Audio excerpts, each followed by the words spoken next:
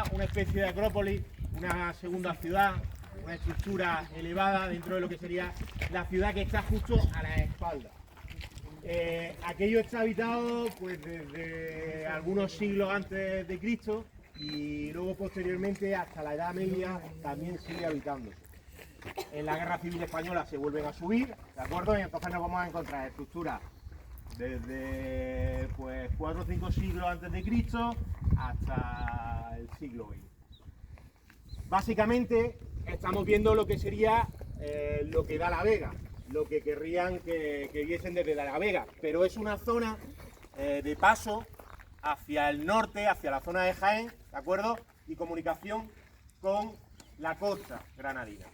Por lo cual podéis entender que desde época fenicia lo que se estaba controlando era el paso. Ahí hubo una ciudad romana importante que fue Ilurco. Podríamos entrar en ese debate con Íllora y bueno, mejor yo no me voy a meter ahí. Pero ahí habría una ciudad importante que sería Ilurco y una ciudad paralela que estaría en Granada. Y Liberri, Ilturi, etc. Una está clara, que está controlando el paso de comercio, y la otra, pues tampoco es el caso. Otro día nos vamos al Albaicín y nos metemos en estas cuestiones, pues sería la de Granada. Pero hubo un momento que se equiparaban en importancia, tanto en tamaño como en número de habitantes, etcétera, ¿vale? Por eso es extraño que a tan pocos kilómetros pues se encuentren esas dos ciudades. Bien, lo que vamos a hacer ahora es justo irnos a la espalda del cerro. Y entonces haríamos la entrada desde lo que se vería al otro lado, ¿vale? Estamos viendo lo que estaría dando La Vega y luego vamos a ver lo que daría Íllora y la subida a la zona norte. Pues si os parece bien, nos vamos al autobús y luego seguimos, que luego tenemos un trayectillo.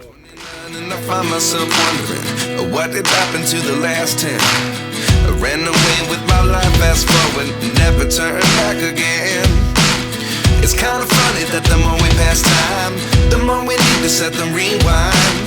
And 19 was the year I had to leave you, but now I'm seeing all the signs. Is this really happening? I can't believe it. Pero, mirad una cosa, empezaríamos ahora el trayecto justo dando la vuelta. Yo en esta visita es la segunda que se hace. Algunos de los compañeros ya estuvieron el año pasado. Y bueno, han cambiado algunos de los aspectos que ellos planteaban en torno a las estructuras que había en el foro, y a mí lo que me gustaría es que cada uno desde vuestra especialidad intente buscar un aspecto o un apartado donde podamos trabajar. Nosotros más o menos con este va a ser el tercer año que llevamos trabajando en el yacimiento del Cerro de los Infantes. Del yacimiento del Cerro de los Infantes ha salido una novela que hicieron unos alumnos de Patrimonio Andaluz. Luego, el año pasado se hizo un corto sobre esa novela, una adaptación sobre el corto. También se trabajó en la Jornada de las Ciencias y nuestro alumnado, junto con departamentos como Tecnología, Matemáticas, sacaron una serie de aplicaciones de la ciencia a la arqueología. Por ejemplo, un escáner sin motor, o sea, para que vaya rodando y pueda escanear las piezas, y luego empezaron a trabajar con la inteligencia artificial y una clasificación de cerámica, etcétera. O sea, que se lo estuvieron currando y quedó una cosa muy chula. Yo entiendo que desde muchos de los ámbitos que estáis aquí podéis aportar algo, y estoy seguro que el yacimiento va a estar encantado y además va a colaborar con vosotros. Ya vais a conocer, además, fijaros, ya vienen por ahí, vais a conocer al catedrático que lleva el yacimiento, a otra arqueóloga que es profesora de Ciencias de la Educación y una antigua alumna nuestra que también ha hecho un proyecto pedagógico que ha ido desarrollando en otros centros de nuestra comarca. También nos acompaña en esta visita Antonio Arenas, que muchos lo conoceréis porque es periodista del Ideal, lleva Ideal en clase, ¿de acuerdo? Y las cuestiones pedagógicas y culturales de Granada, muchas de ellas pasan por sus manos. También nos acompañan el equipo directivo, la directora y profesores de uno de nuestros centros adscritos, que es Valderrubio, puesto que al final este sería el origen de lo que nos vamos a encontrar alrededor. Entonces son diferentes centros los que se van a escribir. Y ya que Y ya que vienen por ahí, pues que pasen un poco de vergüenza. Andrés, Begoña, Laura. Venga, Laura, te has puesto muy colorada, que te veo, me vas brillando. Como os decía, Begoña, arqueóloga, profesora de Ciencias de la Educación. Laura, antigua alumna del Cerro de los Infantes, ¿de acuerdo? Y ha llevado un proyecto muy chulo de la mano de Begoña, en la que trabajaron algunos de los alumnos, porque también tenemos una asignatura, hemos creado una asignatura que es sobre el Cerro de los Infantes, concretamente. Y en colaboración con ellos estuvieron haciendo una serie de talleres el año pasado. Y Andrés María Droer, catedrático de la Facultad de Filosofía y Letras y también catedrático de la excavación que tenemos a nuestra espalda. Ya lo hemos visto desde nuestro instituto, lo que daría al cerro, y ahora la vamos a ver por detrás, que es lo que daría hacia la zona norte. Y ahí, bueno, pues el cristopórtico y tal tendrá su sentido y nos comentaréis. Yo a partir de ahora lo que os pido, ya te digo, cada uno, pues desde los idiomas, guías, desde las cuestiones económicas, emprendimiento para colocar algún tipo de proyecto hacia poder explotar esto, tanto económicamente como patrimonialmente. Mis compis de departamento, pues no digo nada, pero si es que están en salsa. El mundo está lleno de números, por favor, sacadlos de ahí. Y vamos a intentar que un centro educativo ayude, como en un momento dado, pues bueno, estábamos, incluso desde la formación profesional, hace falta cuestiones técnicas para ellos, hace falta cuestiones de integración para que la población de Pino y el resto de poblaciones también lo entiendan. Y tenéis un campo enorme. Desde pedagogía, pues nos pueden ir aconsejando cuestiones pedagógicas. Desde filosofía y letras, todas las dudas que nos surjan. Simplemente intentar abrir la mente y a ver qué posibilidades tenemos desde nuestra especialidad en el cerro.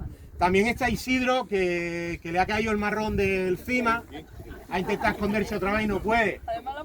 Desde el CIMA vamos a intentar vertebrar un montón de cosas hacia ello.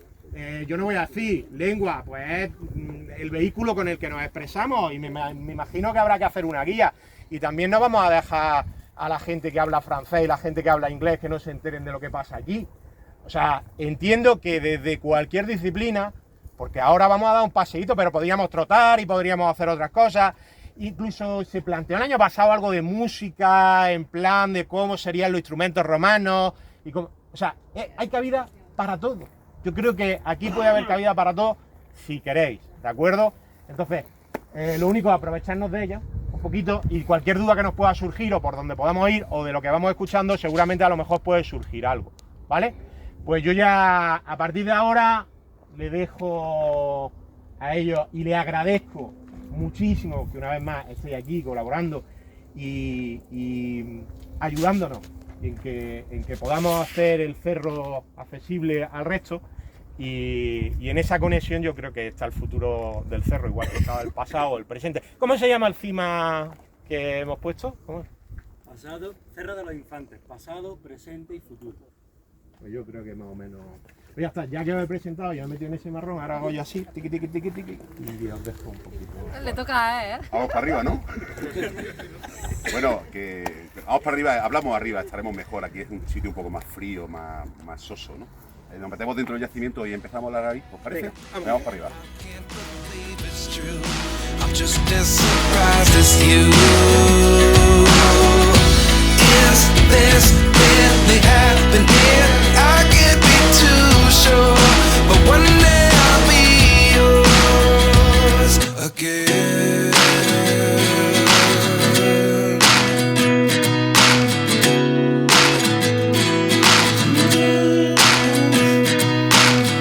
Life lessons come one in a dozen. The other 11 give something from nothing. I sit here looking for an answer. Maybe the biggest question was in the last chapter. You gave me the soul I have today. Without you I never could have moved away. But now I see what you teach. I do believe I always should have stayed. Yeah. Is this really happening? I can't believe it's true. I'm just as surprised as you. Is this really happening?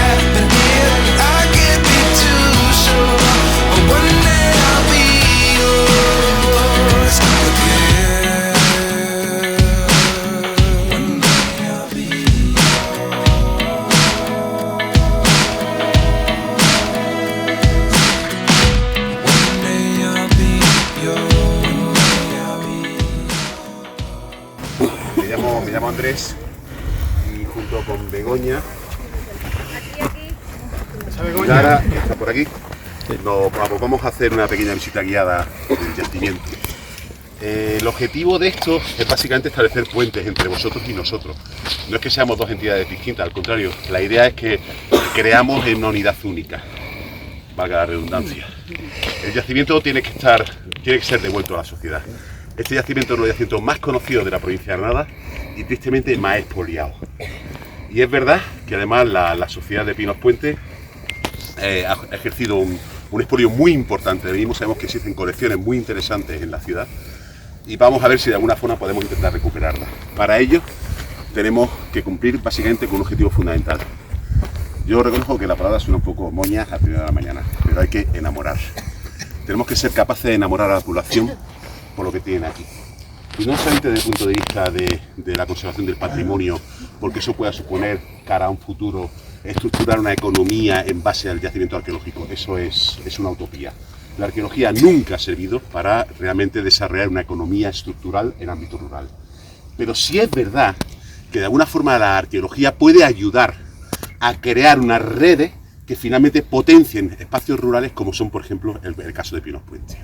Y además es verdad también que nosotros hemos tenido la suerte, o al menos hemos comprobado con el paso del tiempo, que contamos ya con un elemento importante, y es que para la gente de Pinos el yacimiento es un punto de referencia cultural y visual. De hecho, el instituto se llama Cerro de los Infantes, aunque tengo entendido que antes mirabais para el otro lado, y ahora habéis decidido mirar hacia donde hay que mirar, que es el Cerro de los Infantes, ¿vale? Pero no sé si sois de aquí, o de Granada al menos, más o menos, podéis hablar, ¿eh? Yo tampoco tomo café, ¿eh? Si venís por la carretera de Málaga, en general, de la zona de Málaga, cuando habéis estado un tiempo fuera de Granada y venís en coche, ¿qué sensación tenéis cuando veis por primera vez la sierra? De que se ha llegado ya a casa, estamos ya en casa. Eso es el paisaje cultural. Y estamos consiguiendo de alguna manera que la gente de Pinos conciba este cerro, porque su orografía así lo permite, lo conciba como ese espacio cultural, ese punto de referencia para ellos, ¿vale? Pero eso significa que necesitamos trabajar aquí, y trabajar mucho. No trabajar haciendo agujeros más o menos comprensibles, que realmente los agujeros que hacemos nosotros generalmente son muy poco comprensibles para el gran público. Pero ahí tenemos la suerte de contar con el equipazo que tenemos, que nos permiten establecer ese puente con el gran público. Puesto que nosotros generalmente somos solo arqueólogos, somos gente que trabajamos haciendo agujeros, buscando cosas rotas y cacharros antiguos e inservibles, ¿vale? Son ellas quienes nos permiten dar el cambio fundamental para que la gente entienda lo que tenemos entre manos, ¿vale? En cierto modo lo hemos conseguido no solamente porque sabemos que ya para la gente el yacimiento está otra vez en la mente de todo el mundo, hasta el punto de que el propio Enrique, el alcalde, me dijo en cierta ocasión que se estaba preocupado porque la posibilidad de que le diéramos tanto barullo, tanto follón al yacimiento, podría implicar que volvieran los expolios. Pues no, es curioso. No se ha vuelto a expoliar el yacimiento arqueológico desde que hemos entrado aquí. Entramos en mayo del 2023, ¿no? Sí. El 2023 empezamos a trabajar desde entonces, siendo tan constantes el de trabajo con vosotros, con vuestros alumnos, con el resto de la gente de Pinos, ha sido tan constante que hemos conseguido que la gente de Pinos se crea el yacimiento arqueológico como algo propio. Hay que dar paso, tenemos que ir más lejos, pero bueno, ya al menos hemos conseguido algo. No hace falta que esté la policía aquí. Ya cualquier persona que venga aquí y observe a una persona expoliando lo va a denunciar. Y eso es un paso de gigante. Ahí tenemos, no os podéis hacer ni idea lo que se ha ganado en lo que es la protección del patrimonio arqueológico. Y además estamos consiguiendo que, aparte de que, como decía, puede haber una parte de aportación económica del yacimiento a la estructura, a la propia estructura económica de la población, de la sociedad de Pinos Puente, pero sí estamos consiguiendo que poco a poco se integre en otro ámbito. Y es que la cultura no tiene por qué tener un valor climatístico. Eso es fundamental. O sea, la cultura, lo que nos hace la cultura es felices. Uno no va al teatro a pagar, uno va al teatro a ser feliz, a salir con una buena experiencia, a salir con una buena sensación, como cuando vas al cine o vas a un concierto. Esto es exactamente lo mismo. Tenemos que hacer que la gente aquí viva la experiencia. Y nuestra colaboración con vosotros, vuestra colaboración con nosotros, da igual, es absolutamente fundamental. Porque si nosotros, y estas son palabras que acabo de arrancar de mi querida compañera Begoña, Si nosotros conseguimos que los niños se perciban el yacimiento como algo suyo, los padres los tenemos ganados. De momento en que, bueno, los que seáis padres, pues ya sabéis lo que pasa, ¿no? ¿Quién manda en casa? Los niños. Entonces, voy a votar a quien mi niño diga, porque es que finalmente, si el yacimiento arqueológico conseguimos que sea fundamental para los niños, y resulta que tal partido dice que lo va a apoyar, pues el niño va a decir al padre lo que va a votar, o al padre lo que va a hacer el fin de semana, o lo que van... miles de cosas, ¿vale?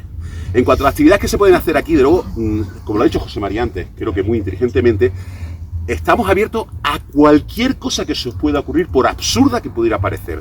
Cualquier tipo de actividad. La última fue una parida que se nos ocurrió. Era la posibilidad de que estamos ahora en lo que pensamos que podría ser el foro de la ciudad romana, ¿vale? Entonces, imaginaros que fuéramos capaces de reproducir con luces todo el porticado del foro, y donde estáis vosotros, con un montón de sillas, y aquí arriba un tablao, y hacer que unos chavales de 10 años representen cualquier obra clásica. O sea, cualquier cosa, desde jugar al ajedrez aquí, venir a jugar al fútbol, da igual. Los yacimientos arqueológicos tienen que ser espacios vividos. Si son espacios vividos, son espacios muertos. De hecho, ¿cuántas veces no habréis estado en un yacimiento arqueológico en el cual habéis salido y dicho, vale, sí, pues tiene 3000 años, qué bonito, y se acabó?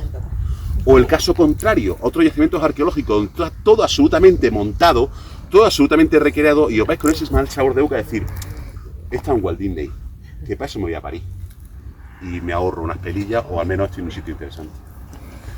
Antes le voy a decir a José María lo de francés y de inglés, por supuesto, o sea, nos hacen falta que de alguna manera los idiomas estén presentes en el yacimiento arqueológico. Cuando empecemos a poner toda la cartelería, cuando pongamos QR, cuando hagamos visitas incluso, que esas visitas salgan en otros idiomas, pues obviamente va a enriquecer muchísimo el yacimiento arqueológico. Y eso, nosotros ahora mismo dependemos una barbaridad de vosotros, de que seáis capaces de estar con nosotros, de que nosotros seamos capaces de intervenir con vosotros y de que hagamos una cohesión importante. Creo que ahí podremos salir beneficiados todos. Aparte que hay una parte muy bonita de todo esto, es que son proyectos nuevos, que son proyectos que generalmente no se suelen hacer nunca. Entonces esa posibilidad de imaginaros en última instancia lo bonito que sería que de aquí 5 años tuviéramos una colección de 10 o 15 chavales y chavalas que fueran capaces de hacer de guías turísticos del yacimiento arqueológico, sería una verdadera maravilla. Por eso, si no es con vuestra ayuda, no lo vamos a conseguir. Diego, ¿tienes algo que decir? Es como, suelta la bomba. No, a ver, nosotros sobre todo, yo que llevo un poco más la parte educativa, siempre la concepción que hemos tenido desde todos los niveles educativos es que nosotros en la universidad estamos ahí y nos olvidamos de lo que hay anterior a la universidad. La idea que nosotros tenemos en este caso es trabajar con vosotros, es decir, aquí nadie sabe más, nadie sabe menos, sino que al final los proyectos salen porque todos unimos las ideas e intentamos ir hacia ellos.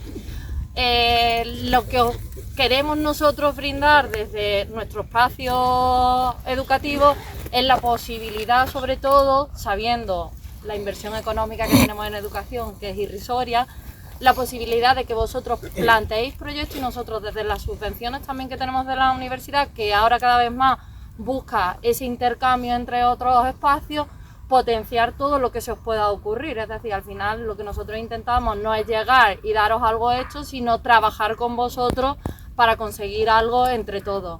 En este caso, nosotros lo que hemos estado llevando sobre todo este primer año, que parece sorprendente, pero cuando empezamos con temas de divulgación, educación patrimonial, siempre pensábamos en los más mayores, pensamos en la secundaria, pensamos en el bachillerato. En este caso nosotros nos hemos enfocado en estas primeras acciones en primaria.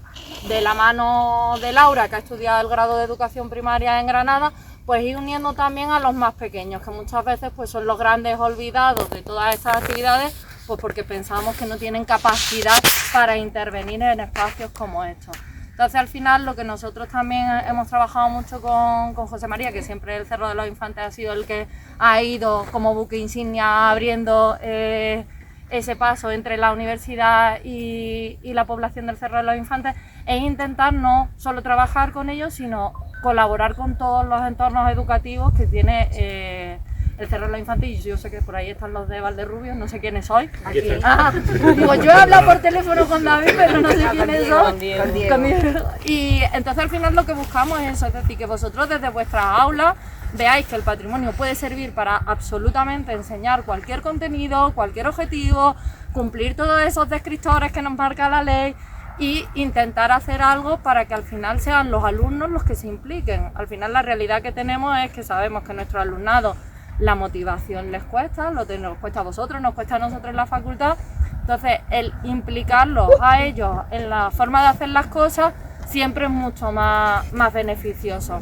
Por eso un poco promover que pidáis el CIMA, todo ese tipo de cosas, que además es que nosotros nos llamáis, oye, podéis venir, nosotros vamos a estar siempre a vuestra disposición para ayudaros con cualquier cosa que necesitéis. Mira, una cosilla, estaba hablando y hay una cosa significativa, muchos de vosotros a lo mejor vais a desayunar al Parry, ¿verdad? Sabéis que en el Parry había un relieve de caballo, en uno de los laterales, en una de las paredes, y es lo que está diciendo Andrés, desde que de repente el Cerro de los Infantes empieza a ponerse en valor y hay una comunicación de que hay un patrimonio, pues de repente se dan cuenta que hay un relieve de caballo en una pared del Parry que forma parte del patrimonio del cerro, porque aquí es el lugar donde más relieves de caballos se han encontrado en la península ibérica. Por eso cuando nosotros hicimos el cambio de logo del instituto, lo primero que hicieron los niños con un programa fue buscar información, y de las pocas piezas que hay de Pinos Puente en el arqueológico de Granada son relieves de caballos, porque se ha encontrado, corregirme Begoña y Andrés, creo que más de 30 o por ahí. Lo que pasa es que expoliados ya no sabemos exactamente qué sería, o sea, habría algo donde hubiera un montón de relieves de caballos que realmente, como está expoliado, pues ya hay una información, ya el libro han cogido las hojas, la han roto y la han tirado por todos lados, y ahora a ver cómo leemos aquello. También es cierto lo del horno de doble cámara que se encuentra en la otra parte, quizás el primero de la península. Entonces, todo eso está volviendo, se está devolviendo de alguna forma al pueblo. Y que sepáis que el relieve o el logo que tenemos viene de una investigación por parte de nuestro alumnado, de exponerlo porque estaba allí y de luego plantear una serie de logos. Y por eso teníamos el relieve, el lugar donde más relieves de caballos había, que para la cultura íbera, pues bueno, y así luego acaso. Laura. Vete para acá. Venga para acá. Bueno, vete con tu jefa, vete con tu jefa. Bueno, ella lo conocéis algunos. Ella ha sido de aquí de Pino, ha estudiado en el instituto y la hemos tenido allí en la universidad, y al final es un ejemplo de cómo esa implicación del alumnado pues llega a algo cuando termina una formación superior. ¿Quieres contarles tú qué has hecho? Bueno, yo lo que he hecho es que mi TFG se ha basado en cómo hacer que este patrimonio, este yacimiento que tenemos aquí, llegue a los más pequeños, y trajimos al alumnado de cuarto de primaria de Las Alomas, que es donde yo estaba haciendo las prácticas, y al de primero de primaria de San Pascual Bailón. Y estuvimos aquí haciendo, primero hicieron una visita guiada que le hicieron los arqueólogos, les contaron pues, en fin, cómo trabajaban, su indumentaria, y les enseñaron un poco los diferentes puntos del yacimiento. Y una vez que terminaron la visita, pues hicimos diversos talleres. ¿Os cuento? No sé, yo no sé qué más tengo que decir. Yo aquí, no sé. Cuéntalo. Bueno, pues, a ver, es que claro, si no sabes las partes, ¿no? Debería contarle un poco si lo que hay. queréis que veamos primero el yacimiento un poco. Sí. Y así luego, yo, mira, Sí, y así puedes luego hacemos una explicar. cosa. Tú le vas contando unas partes, Luego o sea, tú- y luego yo te digo cómo he trabajado eso con los niños. Su orden.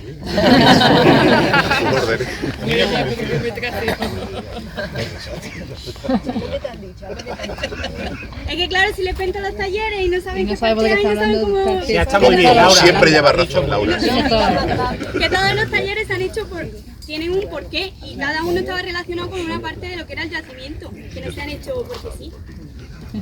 ¿Cómo se nota que vienes de un buen instituto? Ahí está, Laura. Bueno, entonces, permitidme explicaros un poquito de qué va el yacimiento. El yacimiento arqueológico es muy complejo. Es uno de los yacimientos quizás más complejos de toda la provincia de Granada, porque hay una sucesión extraordinaria de ocupaciones.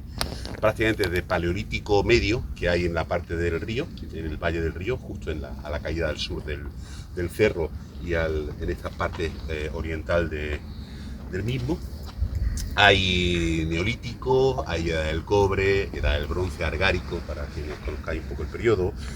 Una fase muy importante, que fue muy importante en su momento, es la fase de lo que se llama el bronce final, que es el paso desde el contacto. Ahí juegan las comunidades indígenas con los fenicios que se acaban de sentar en la costa y con lo que luego llamaremos poblaciones iberas.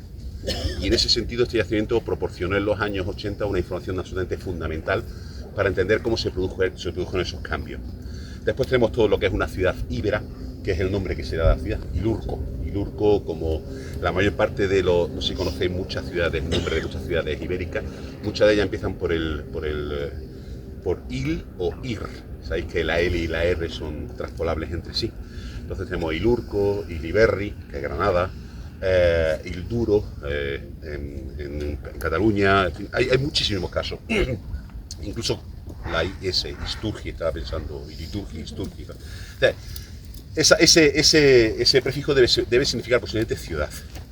Ciudad de que ya no tenemos ni idea, porque el ibérico, no sé si lo sabéis, que se puede transcribir pero no se puede traducir.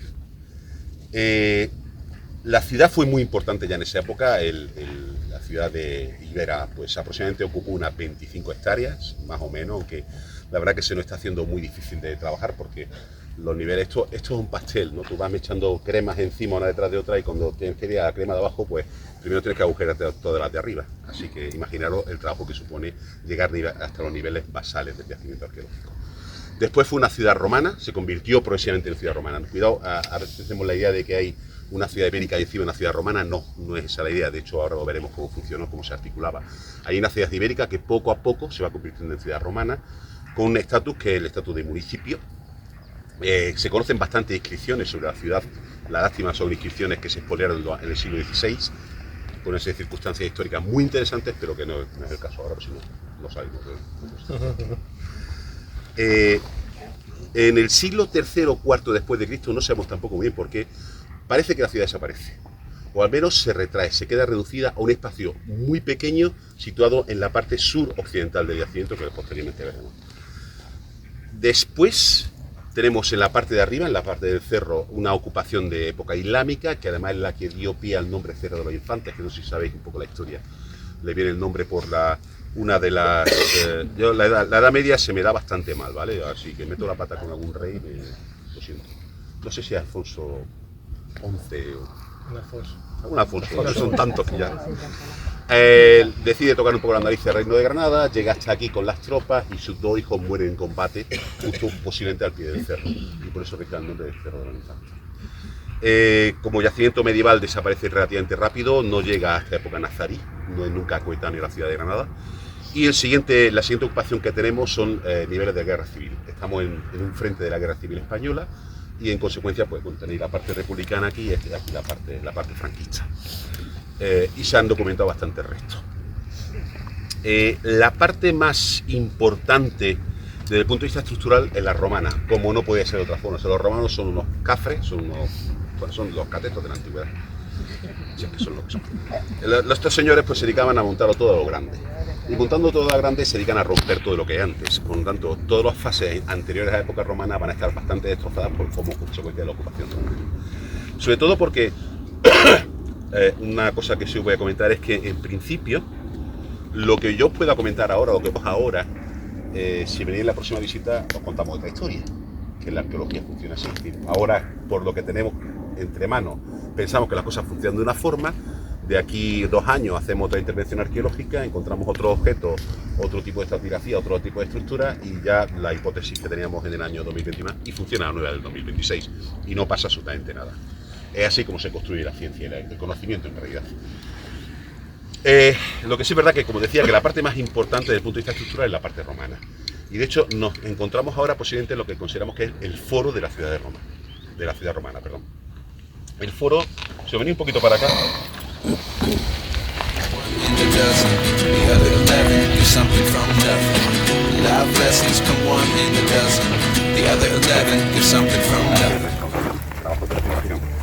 Cuando no tienes otra solución, pues le metes esa malla y le echamos tierra encima. De modo que esa malla, cuando volvamos luego sobre el yacimiento, sabemos hasta dónde tenemos que agujerear con la máquina.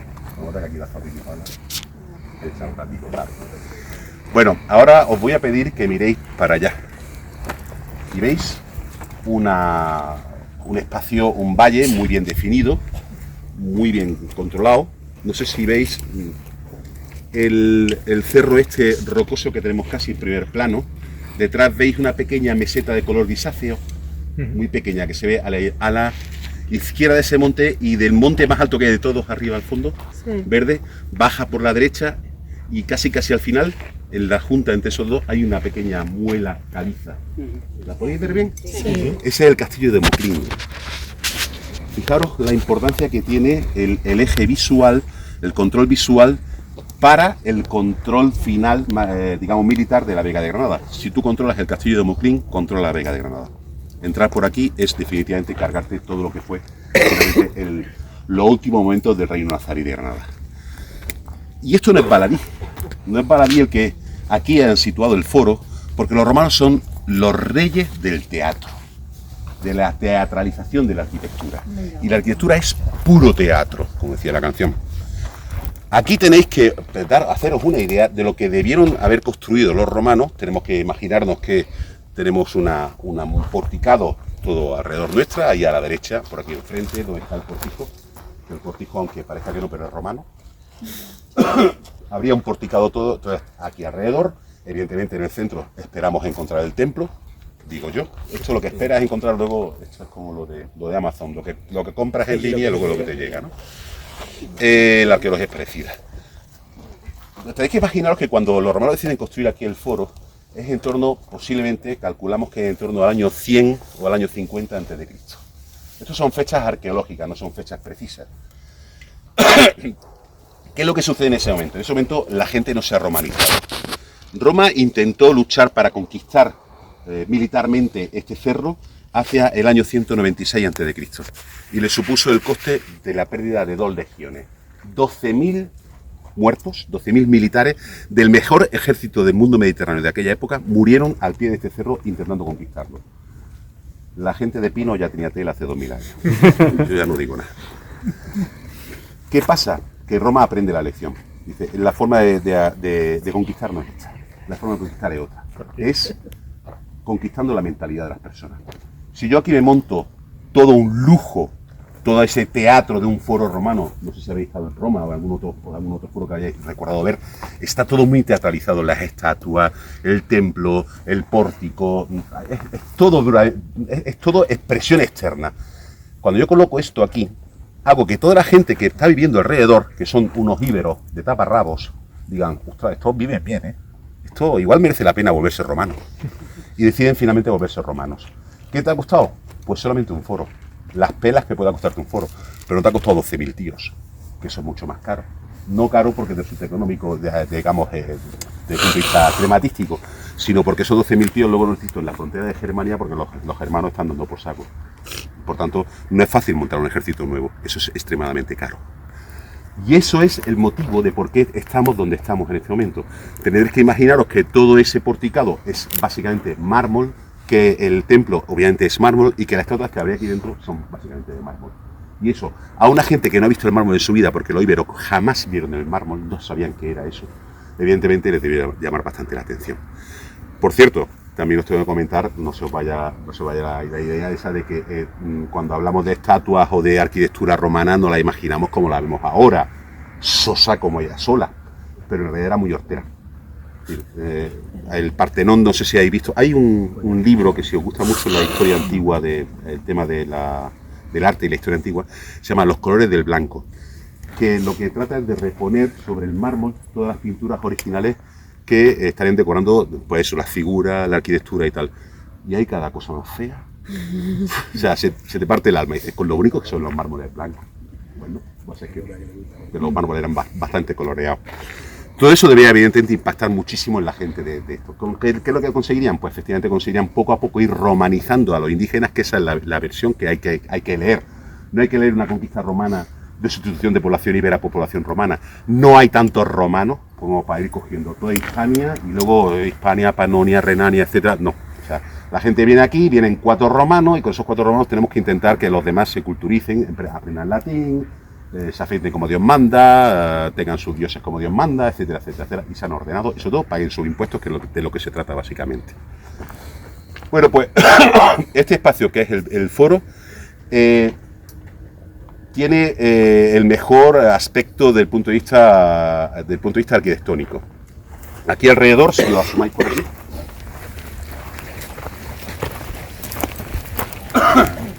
tenéis estos dos muros en paralelo, que corren en paralelo, que es lo que se llama un... Podéis poner, acercaros. Pues no acerquéis demasiado que caerse dentro de una muralla. Que nadie salte.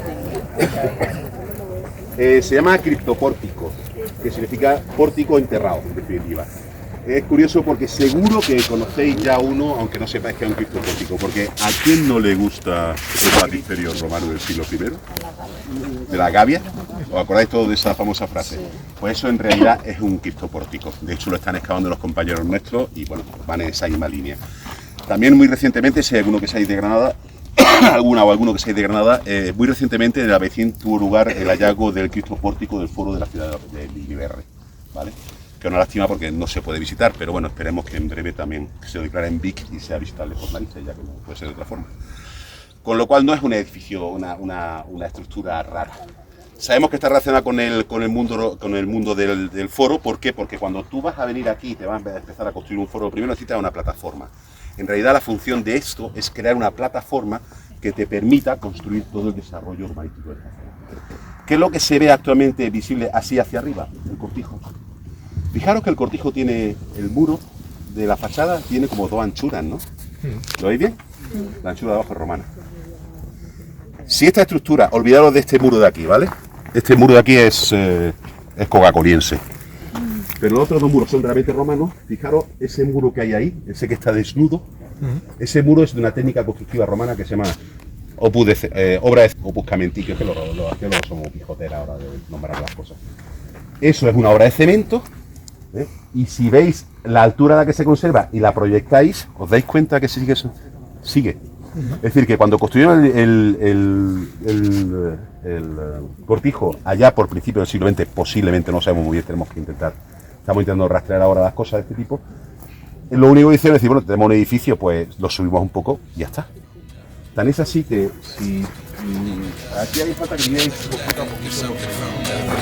Life lessons come one in a dozen. The other 11 is something from nothing. Life changes, just open the door. One thing's certain, I'll always be yours. Is this really the happening? I can't believe it's true. I'm just as surprised as you. Is this really happening? I can't be too sure, but one day I'll be yours.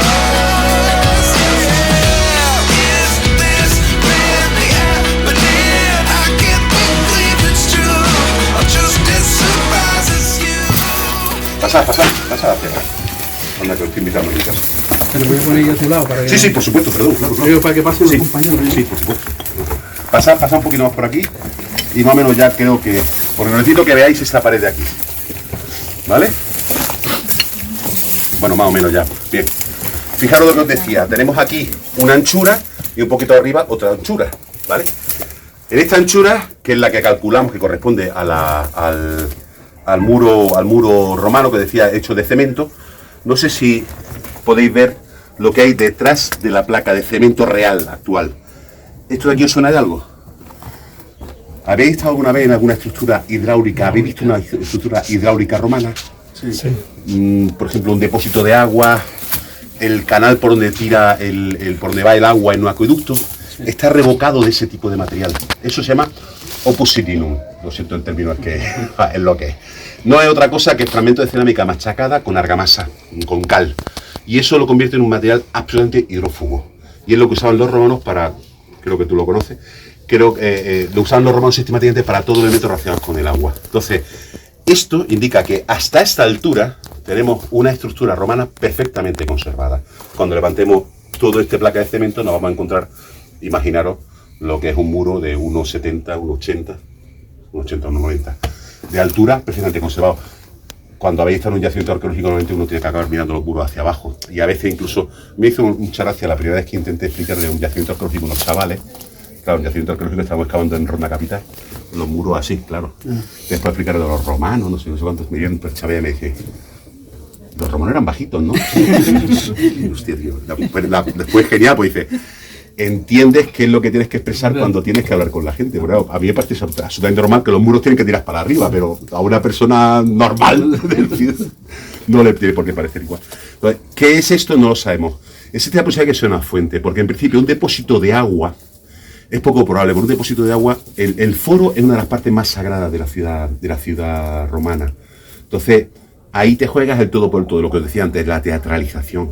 Entonces, hay un depósito de agua que es una cosa súper funcional, no lo vas a meter, porque no tiene ningún sentido.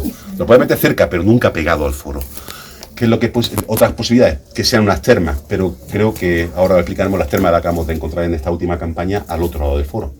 Con lo cual, lo único que nos queda la posibilidad, bueno, una de las posibilidades que estamos manejando es que se tratara de una fuente. ¿Por qué una fuente? ¿Y por qué en el foro una fuente? Precisamente porque la fuente de agua... Habéis estado en Roma, en la Fontana di Trevi, por ejemplo. Eso es poder en estado puro. No poder ya solamente por la gran arquitectura y la estética de la escultura, en ese espacio más tan agobiante y tan pequeño, ¿no? Sino porque quien encontró el agua, que entró en la naturaleza. El agua es uno de los bienes más fundamentales del ser humano.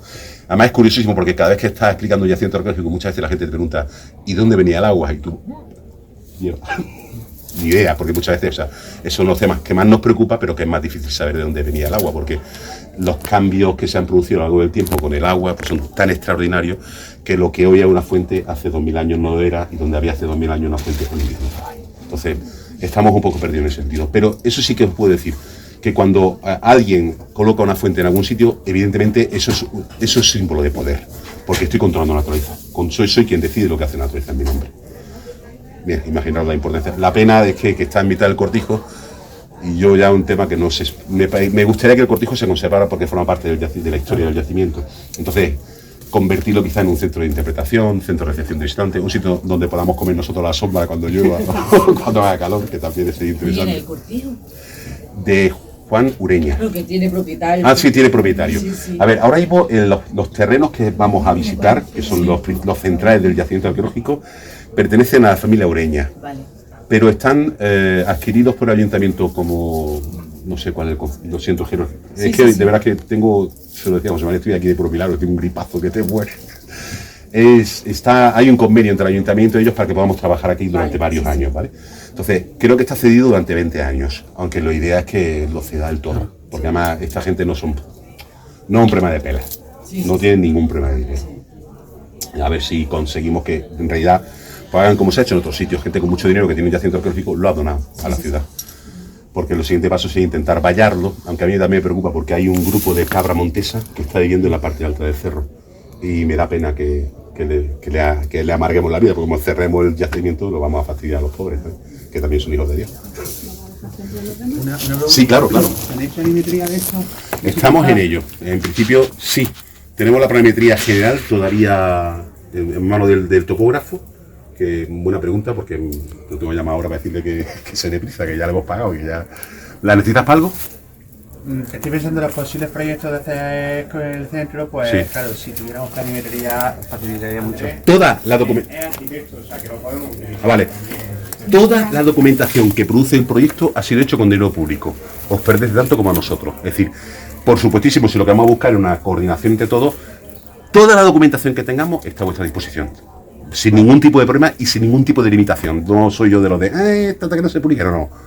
Sí, pero además me obliga a mí a moverme el culo antes para empezar a publicarlo.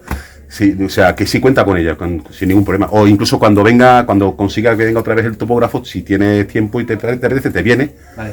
Y además, me gustaría hablar contigo ahora cosas sobre sistemas de cubierta, cómo se cubrirían las casas en ciertos momentos, porque hay cosas muy interesantes. ¿Vale? Ahora, fuera, que tengo que...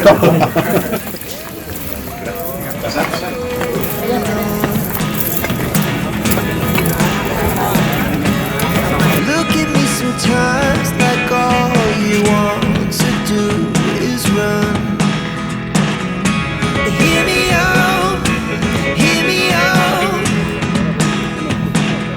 If all the things you never show.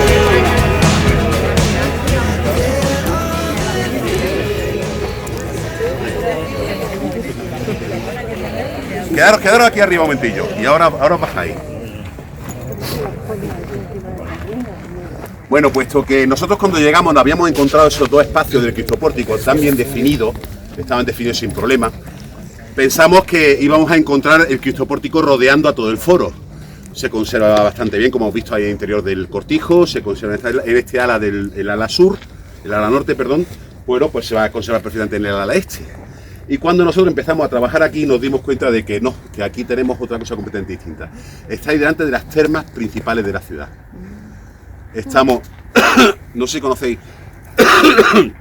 perdón, no sé si conocéis las partes de las termas romanas. Está el espacio del agua fría, el agua templada y el agua caliente. Eso, si no os vais a un hamán, que hay varios hamanes en Granada, termas de estas ya, perdóname, ya estoy empiezo a descalar.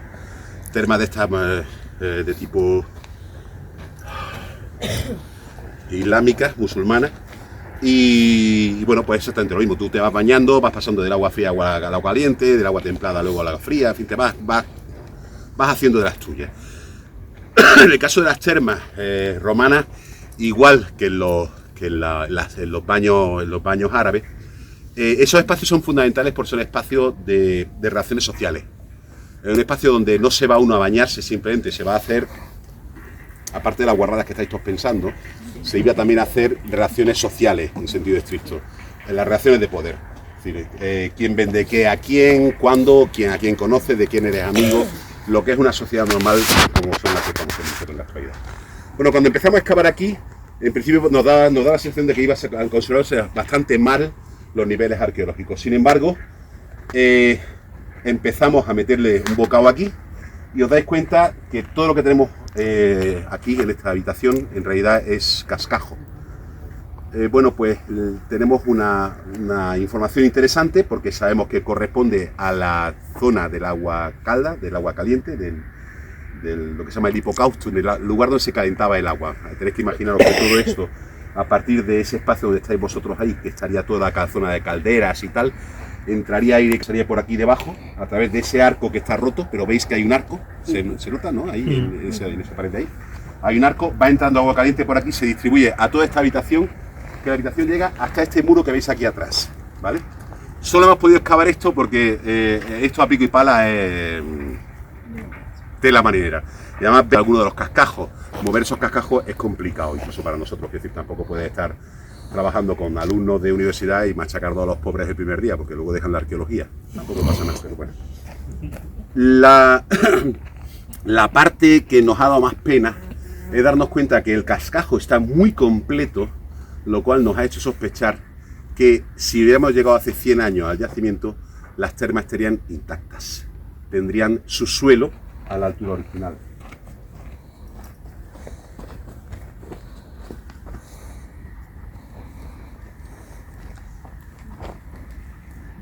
Pues a las clases.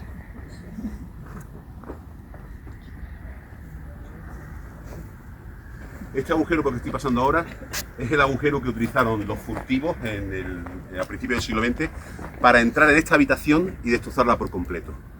Aquí abajo, prácticamente a unos 20 centímetros donde estoy pisando yo, estaría la base de ese suelo primero, que ese suelo no lo verían los romanos porque ya os digo que es el lugar de calefacción donde pasando todo el aire caliente, pero restos como este de aquí,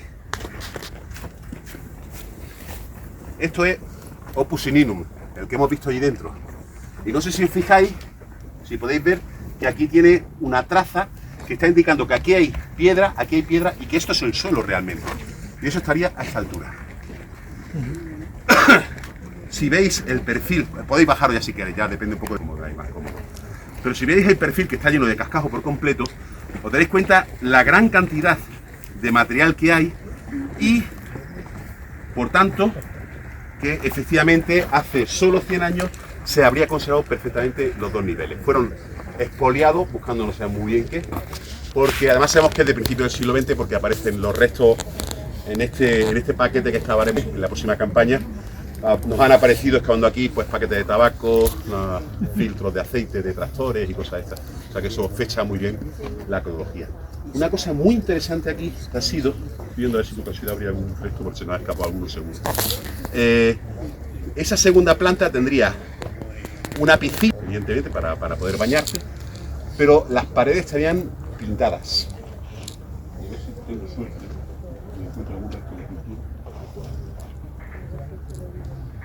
Va a ser. Luego si aparece alguna ya os digo. Ahora mismo hay una chica que se ha incorporado al equipo y que hizo su tesis doctoral sobre pintura en las paredes de época romana, y le hemos pasado todo el material para que haga una composición, porque eso sí que es un puzzle. O sea, imaginaros los fragmentos con mucho como la mano de grande de todas las paredes de toda esta habitación.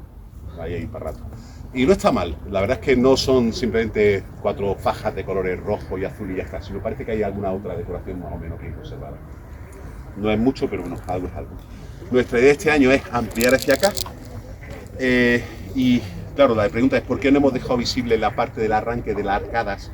Porque aquí se verían los arranques de los arcos de la parte baja, de esta parte baja de la piscina de agua caliente. No la hemos dejado porque están hechas de ladrillo, ese ladrillo se fractura con mucha facilidad. Y estamos para ir todavía, esto no está cerrado, no queremos que la gente entre y destroce sin... Queremos que la gente venga, pero no queremos que la gente destroce. Reconozco que a veces es un poco complicado, pero no queda otra. Entonces decidimos volver a tapar los restos arqueológicos que vamos encontrando con el objetivo de intentar conservarlos en la medida de sus posibilidades, ¿vale? Pero fijaros ya, quiero decir, todos estos muros que estáis viendo son romanos. Ya de por sí empezar a pasear por aquí no es pasear por un yacimiento arqueológico que tenga unos muritos así. Y ya tenemos un poco de encanto, ya tenemos algo que vender. Y alguna sombra todavía, que mis queridos compañeras y compañeros arqueólogos son unos arboricidas impresionantes. El árbol que ven a porque se quieren cargar. Y yo veo, podrían quedar muy bien. ¿Dónde está Laura? ¿Ya se has caqueado? Laura. Laura por aquí. Y... Laura. Hola. Espera, ¿dónde me pongo? Bájate ahí, bájate Ah, ahí. ¿me bajo? Ahí está bien, Laura. ¿Aquí estoy bien? Vale, pues cuando acabamos la visita lo que hicimos fue que colocamos al alumnado aquí en círculo y a cada pareja o a cada trío les dimos una caja de plástico que tenía tierra que cogimos de aquí del yacimiento y debían ir encontrando poco a poco las diferentes piezas que había de réplicas de restos arqueológicos.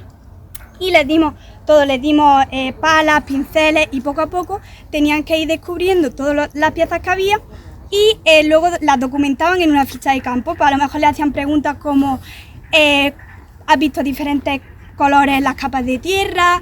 ¿Qué lo dibujaban? ¿O qué crees que puede ser esta pieza? Eso para trabajar más o menos lo que es la función de los arqueólogos. Luego, para trabajar lo que es este muro que veis aquí, pues hay un grabado que lo hizo Francisco de Heiland, que era un alemán, que era también una de las evidencias que hacían ver que esto era lo que delimitaba el foro romano. Entonces lo que hicimos fue bajar al alumnado allí, que ahora está un poco, pero en ese momento estaba todo limpito y los pudimos poner ahí bien, para que tuvieran el muro justo enfrente de ellos. Y lo que hicimos fue, tenían que recrear ese grabado. Hicimos unos acetatos con la forma del muro y ellos con la técnica de estampación con esponja iban mojando la esponja en pintura y iban estampándolo en lo que era el papel, y cuando lo quitaban le salía la forma del muro y después podían dibujar lo que es el cerro y demás cosas que había en el grabado. Además también con este mismo espacio, como trabajamos fue con piezas de madera a modo de Lego, tenían que reconstruirlo en 3D. Así que como veis, pues trabajamos con el arte, las matemáticas y un montón de cosas, ellos se lo pasaron súper bien. Y la verdad que como contamos también con la ayuda de Canal Sur, llegó un montón y los niños se lo pasaron genial, porque luego se vieron a ellos mismos haciendo todas las cosas en la tele, un montón de gente del pueblo me preguntó que ni siquiera sabían que había en el yacimiento, o sea que a partir de ese día y de lo que hicimos, pues la verdad que la gente se ha concienciado un montón y a mí ya un montón de niños me han dicho yo queremos volver ahí, o otros cursos que lo han visto y pues lo mismo, o sea que muy bien. Muchas gracias, Laura. La verdad es que trabajar en cohesión con el ayuntamiento, con el instituto, el espacio tan grande que tenemos de equipo, que tenemos un equipo realmente extraordinario y súper amplio.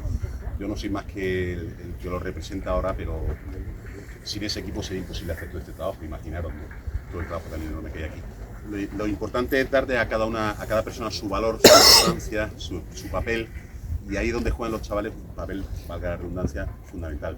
porque de esa forma y solo de esa forma podremos conseguir que los chavales se incorporen realmente aquí. La ventaja además trabajar, como muy bien ha apuntado Laura, en conexión también con el Canal Sur, con creaciones, hace que tengamos un plus de proyección social, porque evidentemente a la gente le gusta verse en la televisión es casi pornografía pura, diría yo. Para cualquier persona que sea un poco narcisista, la televisión le mata. Entonces, todos tenemos algo de narcisista, entonces a todos nos gusta vernos en televisión. Y es lo que toca, pues ya está. Lo que hay que hacer es simplemente utilizar todas esas herramientas para que cohesionadamente nos permitan llevar un poco más lejos tanto el proceso formativo de los chavales y una cosa que se utiliza muchísimo ahora en los yacimientos arqueológicos, que es el proceso experiencial. Lo que se busca es que la gente, cuando vaya a ver un yacimiento arqueológico, en general, cualquier actividad relacionada con la cultura, la gente se lleve una experiencia, no se lleve simplemente algo visual. Una explicación puede ser más o menos interesante, dependerá mucho de las personas que lo expliquen. Pero si sabéis, hace unos años hubo un estudio que salió del MoMA de Nueva York, donde después de haber invertido un montonazo de dinero en... ¿Se me oye bien? Sí. De que no estoy en católico. El MoMA de Nueva York hizo hace unos años un estudio de cómo habían repercutido las inversiones en publicidad en distintos campos, radio, prensa, televisión, internet, etc. Se dieron cuenta que el 60% o 60-65%, no me acuerdo bien, de las visitas que se producían en el MoMA de Nueva York eran por el boca a boca. Y el boca a boca solo nace de que cuando una persona llega a un sitio se sienta importante, sienta que ha vivido una experiencia, que ha tenido algo y que se lleva algo nuevo en su quehacer, en lo que sea que haya hecho, ¿vale? El 60%, o sea, lo que nos podríamos ahorrar en publicidad, simplemente teniendo personas que sean técnicos y técnicas adecuados para ser capaces de explicar las cosas y de hacer que la gente se sienta realmente integrada. La suerte de contar con gente como Laura, que como Laura es la primera que nos está arrastrando a todos, porque tiene ánimo, tiene un espíritu muy animoso y eso es fundamental en las personas que están trabajando. Un equipo compuesto de gente como Laura se come el mundo. Eso lo tengo que decir. Y por eso contamos con ella. Algo no te diga, que no... A ver, son las 10 menos cuarto. El yacimiento da como para 3 horas tranquilamente. No voy a gastar esa putada tampoco. ¿Qué quieren ir a un claustro? Experiencia, que no sea de romper los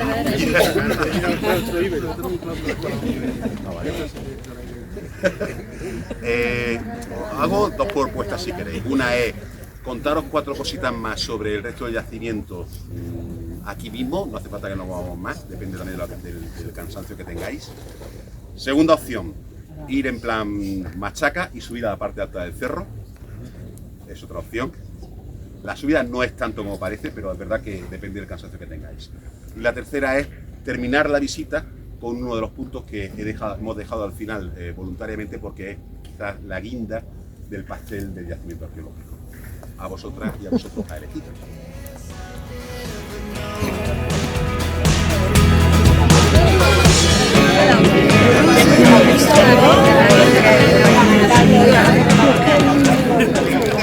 No vamos a ver nada del mundo íbero porque además las pocas estructuras íberas que son visibles han sido reenterradas. Entre otras cosas porque son bastante importantes y nos interesa muchísimo convencer a la delegación provincial de que nos permitan romper todos los muros romanos que hay por encima, porque tenemos una habitación íbera de aproximadamente unos 40 metros cuadrados, que sería un caso realmente extraordinario poder excavarla en su totalidad, pero para eso lo tenemos que romper.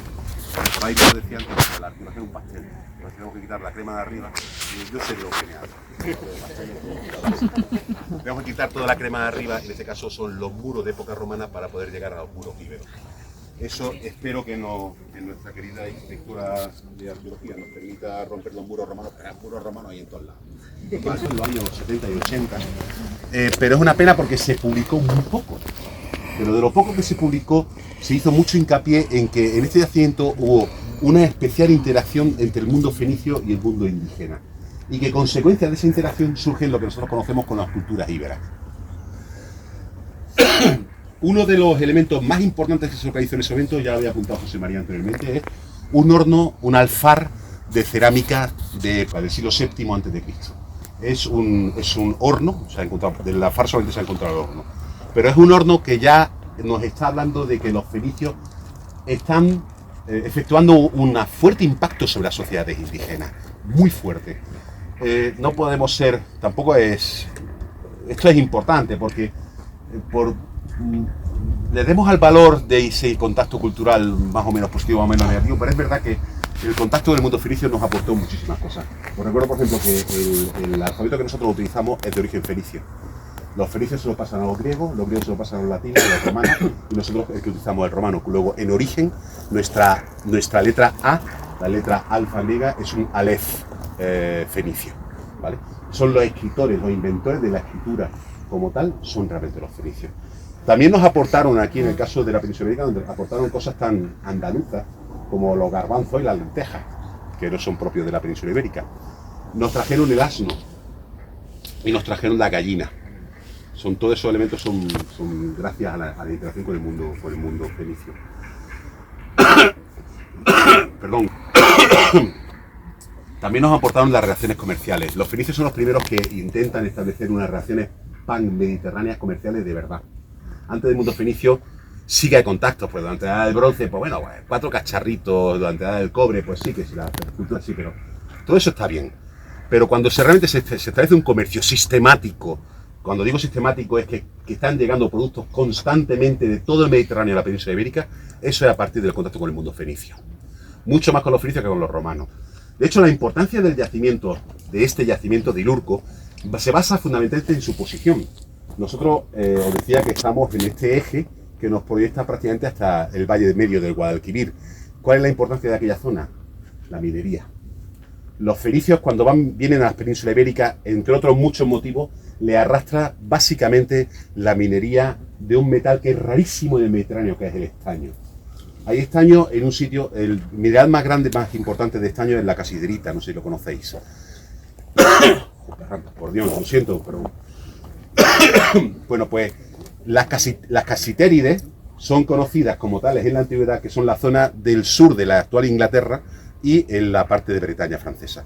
Y efectivamente en la zona de Southampton ha habido siempre una gran cantidad de explotación de estaño. Y ahora, solo hace muy poco tiempo pensamos que cuando los fenicios llegaban aquí a fundar Cádiz y a controlar esta vía, era controlar esta vía que permitía el acceso hacia las minas de estaño del sur de Inglaterra. Pero en realidad ellos se dieron cuenta de algo que no se habían dado cuenta los indígenas, es que hay también estaño en la península ibérica, sobre todo cerca del eje de lo que corresponde a la vía de la Plata. Y eso los fenicios lo supieron y lo explotaron a su vez. Perdón, lo siento, es que... Vamos a la guinda. ¿Eh? Vamos a la guinda. ¿Vamos aquí? A la guinda. Bueno, sí. No, es que yo quería un poco decir cuando... Vale, deja.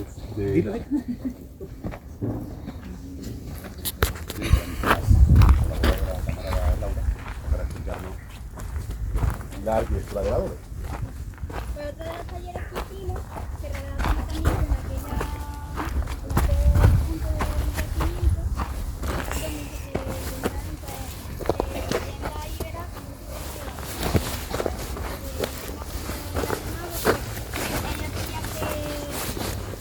hacer adobe en miniatura, que era con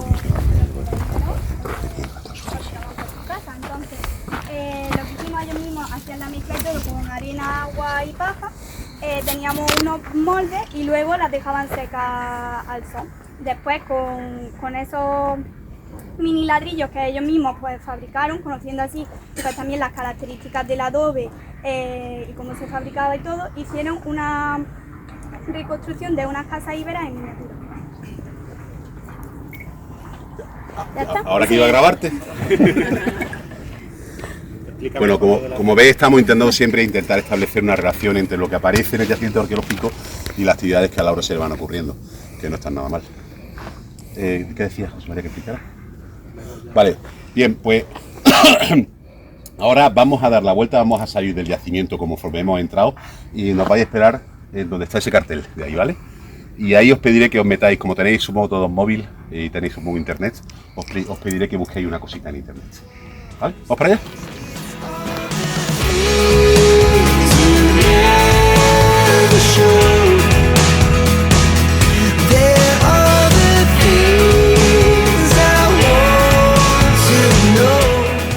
Ilurco y la palabra Heilan, H-E-Y-L-A-N.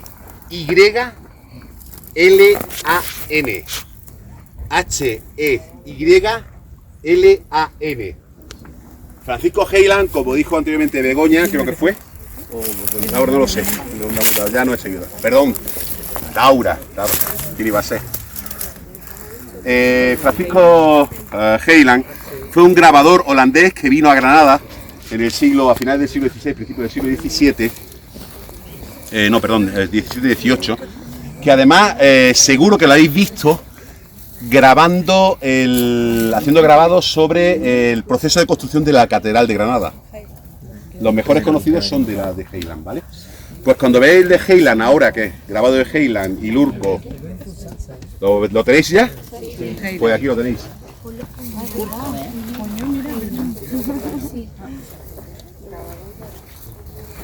Lo que estáis viendo es un grabado, cuidado, no es una fotografía. Por tanto, lo que tenéis que leer es que Heiland lo que hacía era su grabado, lo hacía para venderlo. Con lo cual, nosotros estamos como unos subnormales, intentando buscar cuál era la perspectiva de la cual se había hecho el grabado. El grabado es una suma de perspectivas. No hay una sola perspectiva en ese grabado.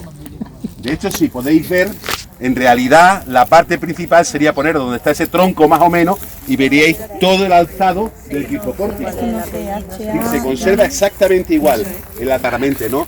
En el contrafuerte primero, no en el segundo, ¿no veis que las piedras son un poco más negras arriba y un poco más negras abajo y en medio se ven algo más claras? ¿La veis?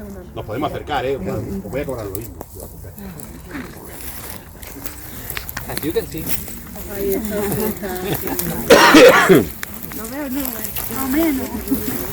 No, podéis acercaros tanto como queráis, quiero decir, ahí está para Lo curioso es que se ve perfectamente toda la zona del Cristo Pórtico y diseña una especie de muralla en la parte alta de arriba, en la corona. ¿La veis? En realidad, nosotros al principio nos planteamos, ¿es que habría muralla conservada a principios del siglo XVII, a principios del XVIII? No. En realidad, ahí arriba lo que se conserva muy bien es una cisterna medieval. Que él lo que hace, por eso digo que es una suma de perspectivas, lo que hace es subir la cisterna medieval como si fuera una cisterna en positivo. De modo que de esa forma gana un poco en elocuencia un grabado que si no quedaría un poco más simplificado, ¿vale? De hecho es muy curioso porque si os fijáis muy bien en el grabado, en la parte derecha de ese muro que rodea la parte superior hay un pequeño boquete. Vale, pues ese boquete realmente está mirando para allá, está mirando hacia el este y él lo representa hacia el oeste. Y eso es lo que nos ha hecho comprobar que efectivamente se trata de una suma de perspectiva. Imaginad lo que significa para poder explicar a alguien que esto lleva en pie prácticamente hace 2000 años, pero que solo hace 300 años ya un grabador muy conocido en su época lo tuvo en cuenta como para poder representarlo en su obra. Si queréis pasar a verlo un poquito, es interesante desde el punto de vista de que es la parte monumental romana mejor conservada. Y os comentaba, los romanos cuando deciden hacer el foro en la parte superior necesitan una terraza. Esa terraza, lógicamente, tiene empujes internos. ¿Qué es lo que haces? Construyes ese muro, lo tienes que sujetar para que esos empujes internos no te afecten demasiado. Sin embargo, viendo que por aquí hay algún arquitecto que otro, diré que en realidad, ya por ser mucho más fino, estos contrafuertes no están diseñados para un soporte horizontal, sino para un soporte vertical. ¿Por qué? Porque hay dos muros, este y el que va por dentro. El que realmente está sujetando la terraza es el de dentro, este no está sujetando ninguna terraza. ¿Cuál es el sentido de esto? La cúpula que estaría cubriendo el cristopórtico. O sea, nosotros tendríamos que tener una cúpula en el sentido este-oeste, ¿vale? La idea sería que para el próximo año ya hayamos limpiado un poco el interior y la gente pudiera pasear por el interior. Se conserva el arranque de la cúpula, con lo cual podemos calcular exactamente la profundidad que tendría el cristopórtico.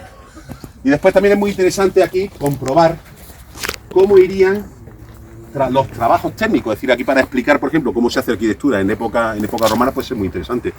Los cajones, cómo se ven, cómo se van funcionando, cómo el nivel de suelo ha variado en este sentido. Si veis, por ejemplo, los cajones aquí se nota claramente que son visibles, ¿vale? Aquí no lo son, aquí no son, pero cuando nos vamos de aquí para acá ya no hay cajón visible. Esto está enterrado. Eso significa que, como actualmente, la pendiente iba en este sentido. Lógicamente, me iba a decir, bueno, pues si son tan horteritas los romanos y hacían tantas fijadas, ¿esto es visible desde el fondo? No, esto no.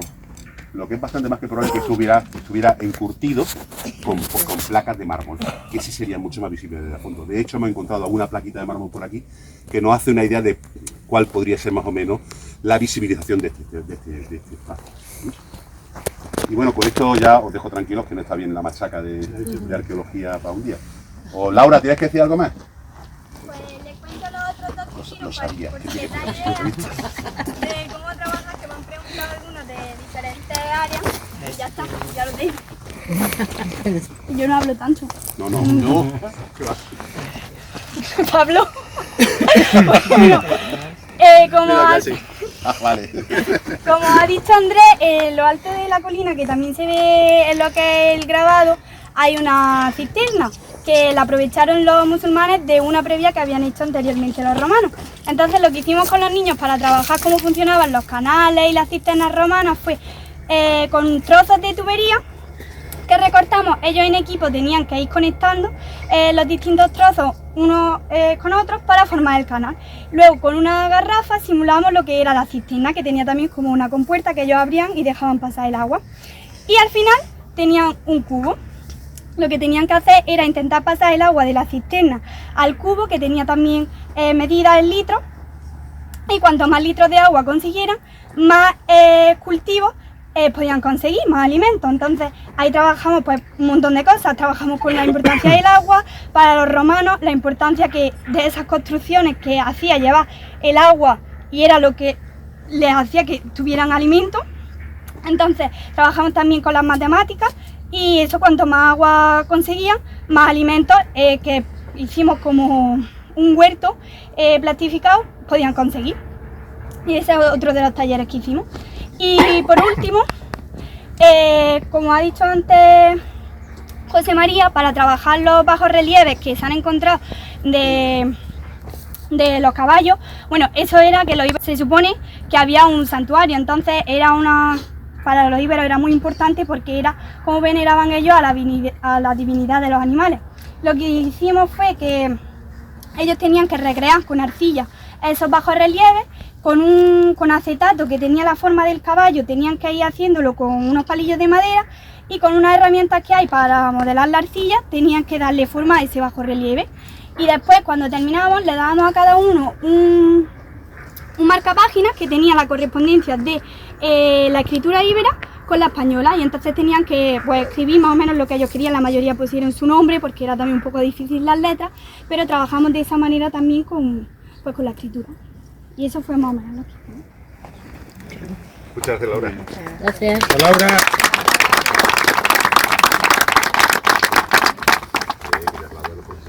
Bueno.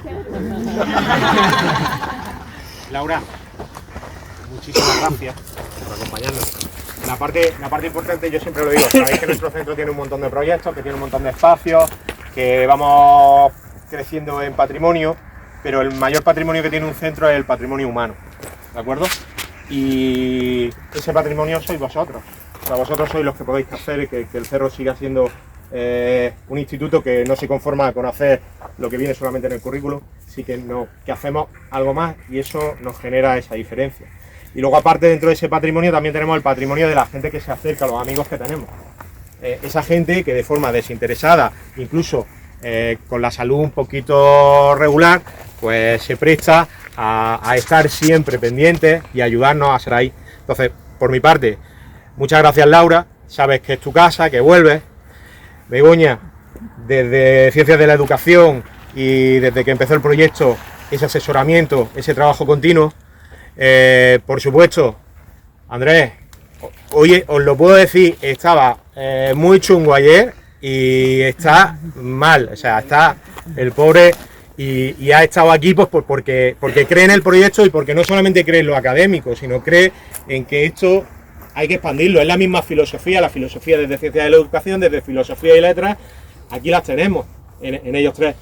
Y por supuesto, el agradecimiento también a Ángeles, a Rocío, a Paco, que vienen desde Valderrubio y que se apuntan también a este proyecto, porque este proyecto es grande.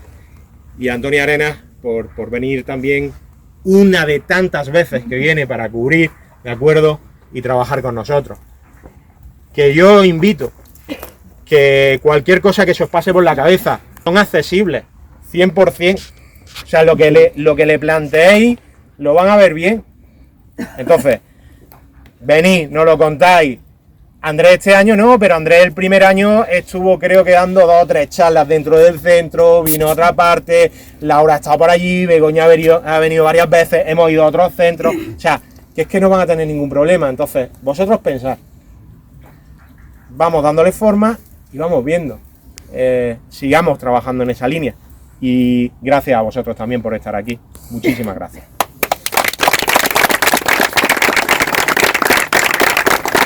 Y ahora ya la parte que más queríais de hoy. Vámonos al claustro, no vaya a ser que no lo perdamos, ¿no?